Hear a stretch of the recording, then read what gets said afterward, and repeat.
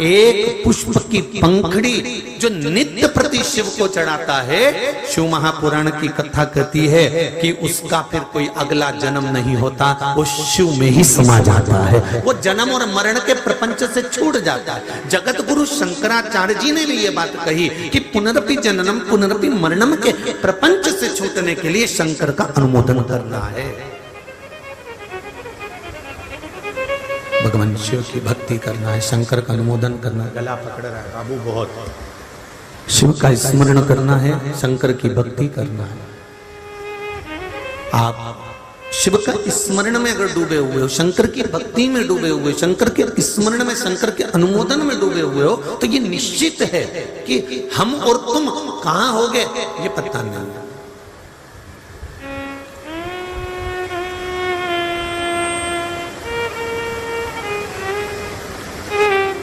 पर इतना मेरे इस कथा में कोई ग्वालियर का एक बालक आया हुआ है कथा सुनने के लिए। मुझे तो कल मालूम पड़ा कि वो सेंटिंग का काम करता है, पटिया जमाने का। और उसने एक नियम बना लिया, जब से शिव पुराण के पहले जब वो दर दर भटकता था, ठेला चलाता था, दूसरों के यहाँ काम करता था, धक्के खाता था, उसने उस दिन से नियम बनाया कि 15 दिन काम करूंगा और 15 दिन जहां शिव पुराण की कथा होगी वहां सुनने जाऊंगा। वो बेटा कहाँ, आप ही हैं? आओ एक बार, कूदिए जल्दी आ। 15 दिन काम करता है और 15 दिन में 6 महीने का कमा लेता है। ये शिव की कृपा है। और 15 दिन काम कर 15 दिन कथा सुनने के लिए आता है। आओ दौड़ कर शंभू, कुछ तो होगा इस पुराण में शिव की कथा। दुनिया के लोग भले कह दें कि बताओ उन्होंने ऐसा बता दिया, उन्होंने वैसा बता दिया, क्या होता है शंकर को जल चढ़ाने से, क्या होता है बेलपत्री खाने से। हम तो आपसे भी कहें, हम ये नहीं कहते कि शंकर जी पे चढ़ी, आप तो शिव जी से औषधि मांग कर लाइए ना बेलपत्री की। आपका शुगर, आप तो प्रैक्टिकल कर देखना, शुगर लेवल में नहीं आ रहा हो, बार बार तुम डॉक्टर को जांच करा रहे हो, शुगर लेवल में नहीं आ रहा, एक बेलपत्री शंकर जी से मांग कर लेकर आओ औषधि के रूप में, और उस बेलपत्र को चबा चबा कर खाना प्रारंभ कर दो। हाँ, किसी किसी को बेलपत्र खाने से मुख में छार पड़ जाता है, जीवान छार छार हो जाती है, कड़वा मुंह हो जाता है, कई बार छाले पड़ जाते हैं। उनसे निवेदन है, ऐसे नहीं खा सकते तो बेलपत्री को पीस कर गोली बनाकर मुख में डालकर पानी से निकल जाओ, और उस बेलपत्री का असर तो देखो कि शुगर लेवल में आई, बीपी लेवल में पहुंचा कि नहीं पहुंचा। हमें शिव से औषधि मांगना है, हमें शंकर से औषधि चाहिए, हमें उनका निर्माल्य नहीं चाहिए, हमें तो अमृतमय औषधि। क्योंकि शंकर के पास जो रहता है वो साधारण नहीं रहता साहब। चपटी भभूत में है खजाना कुबेर का, उसके तन पर अगर कोई भभूत का कण भी चढ़ जाता है, भस्म भी लग जाती है, तो वो कुबेर के खजाने जैसी हो जाता है।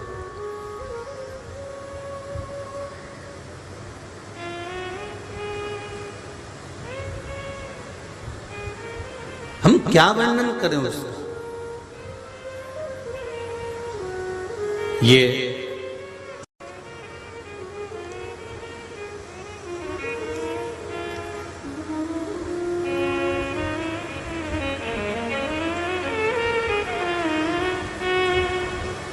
इतने सारे कार्यकर्ता लगे हुए हैं, कोई जैकेट पहना है, कोई कुर्ता पजामा पहना है, कोई नी पहना है तो जीन्स शर्ट पहना है, कोई बनियान टी शर्ट पहना है, तो कोई किसी रूप में काम कर रहा है, कोई किसी रूप में काम कर रहा है। कई लोग इनको गाली भी दे रहे होंगे, कई लोग इनको अपशब्द भी कह रहे होंगे। तुम मुझे जानते नहीं हो, बाद में मिलना, जरा कथा हो जाए उसके बाद। कई लोग इनको आंख भी दिखा रहे होंगे, कई लोग अपशब्द भी कह रहे होंगे। कार्यकर्ता तो कार्यकर्ता है, सीटी भी बजा रहा होगा, आवाज भी दे रहा होगा, चिल्ला भी रहा होगा, कई लोग बोल भी रहे होंगे, पर ये निष्कपट भावों से, निष्कपट भावों से, ये नहीं कि मेरा आ गया तो मैंने आगे बिठा दिया, उसका आया तो पीछे, निष्कपट भावों से अगर इन कार्यकर्ताओं ने सेवा करी है तो 3 महीने के अंदर ये कार्यकर्ता भी मुझे सीहोर में मिलने वाले हैं, ये निश्चित है। उसका फल क्या होता है ये देखिए, उसके बजरंग दल, आरएसएस और हिंदू उत्सव समिति, ये सब वहां दरवाजे पर चप्पल जूते का स्टैंड लगाए हुए हैं। कोई रेगल साइकिल से, त्रिशूल नवदुर्गा समिति, वो साइकिल से बूढ़े लोगों को वहां छोड़ दिया जाता है, और इतनी दूर पार्किंग से वो बुजुर्ग कैसे आए, तो उसके लिए व्हील चेयर की व्यवस्था करना, उनको यहाँ तक लाकर छोड़ना, यहाँ से वहां ले जाकर छोड़ना, ये कुछ सहजता नहीं है। एक कोई समिति है, वो हमारे, आप लोगों से हमारी कोई बात नहीं होती, और ये जजमान बैठे, इनसे भी पूछना, या इनके यहाँ कैमरे लगे हो तो उसमें देख लेना, हम अपने कमरे से नहीं निकलते, ना इनसे हमारी कोई बात होती। और इनके रिश्तेदार भी यहाँ हैं तो उनसे भी पूछना कि गुरुजी मिलते क्या, नहीं। वो तो हमारे जो ये ब्राह्मण जन हुआ, कार्यकर्ता हुए, जो यहाँ आते हैं, देखते हैं, तो वो बताते हैं कि गुरुजी कोई एक चाय और दूध का किसी ने स्टॉल लगाया है, ऐसी चाय तो घर में भी नहीं बनती गुरुजी, ऐसी जाड़ी चाय सुबह 6 बजे से चालू करता है तो रात्रि को 9-10 बजे तक, और केवल चाय नहीं, किसी का बच्चा रो रहा है, दूध दे दो भैया, वो दूध भर कर दे देता है, भैया हमको 1 गिलास दो, वो दूध, क्या कहूं मैं, क्या खान करूं मैं। हिंगोली वालों, दिल लूट लिया तुमने, क्या वर्णन करे तुम्हारे लिए, क्या बोला। वो 20 रुपया ले वैसो तो क्या जोरदार ऐसी माताएं अपना अपना चूल्हा लगा लगा के बैठी है, गरम गरम रोटी सेक रही, और क्या जोरदार बेसन और रोटी। ये बेसन और रोटी तो तुम्हारे घर में भी आनंद नहीं आएगा, जो लाइन लगकर खाने में आनंद आए, तुम देखो तो उसका आनंद। कोई सहज है क्या? कोई ठंडा पानी पिला रहा है, आरओ ले आए, आरओ की बोतल उन रख दी, पानी पिला रहा है, कोई चप्पल जूते संभाल रहा है, कोई व्यवस्थाएं लगे, ये सब इसने, कोई प्रसाद बांट रहा है बिना सोचे, क्या बांट गया, कैसे बांट गया, उसको मालूम ही नहीं। और लिख के रखना, हिंगोली वालों, तुमने कितना इन शंकर के गणों को दिया है। हम तो जो कथा में आता है उसको गण कहते हैं शिव का। इन शंकर के गणों पर कितना खर्च किया है उसको लिख कर रखना, और हिसाब लगा कर रखना कि मेरे बाबा ने 3 महीने में चोगना कर कर दिया कि नहीं दिया। ये उसकी कृपा, ये उसकी उदारता है, ये उसकी दया है, उसकी करुणा है।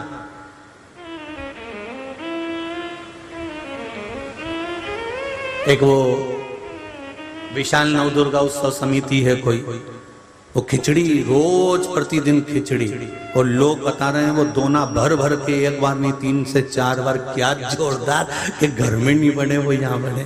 तो ये यहाँ साधारण नहीं है, यहाँ तो ये बाबा का प्रसाद है, जो पाया, जीवन का आनंद पाया, और खुश होकर अपनी जिंदगी का अलमस्त से भाव से, आनंद से स्मरण किया। यही सुख है, यही सुख है।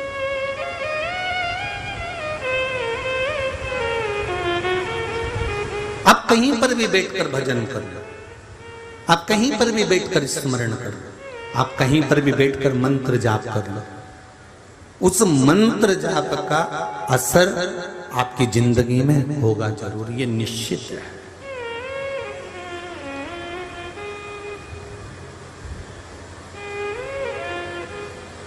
आपने 7 ताले में बंद होकर भी किसी की निंदा करी तो वो निंदा वहां तक पहुंच जाती है।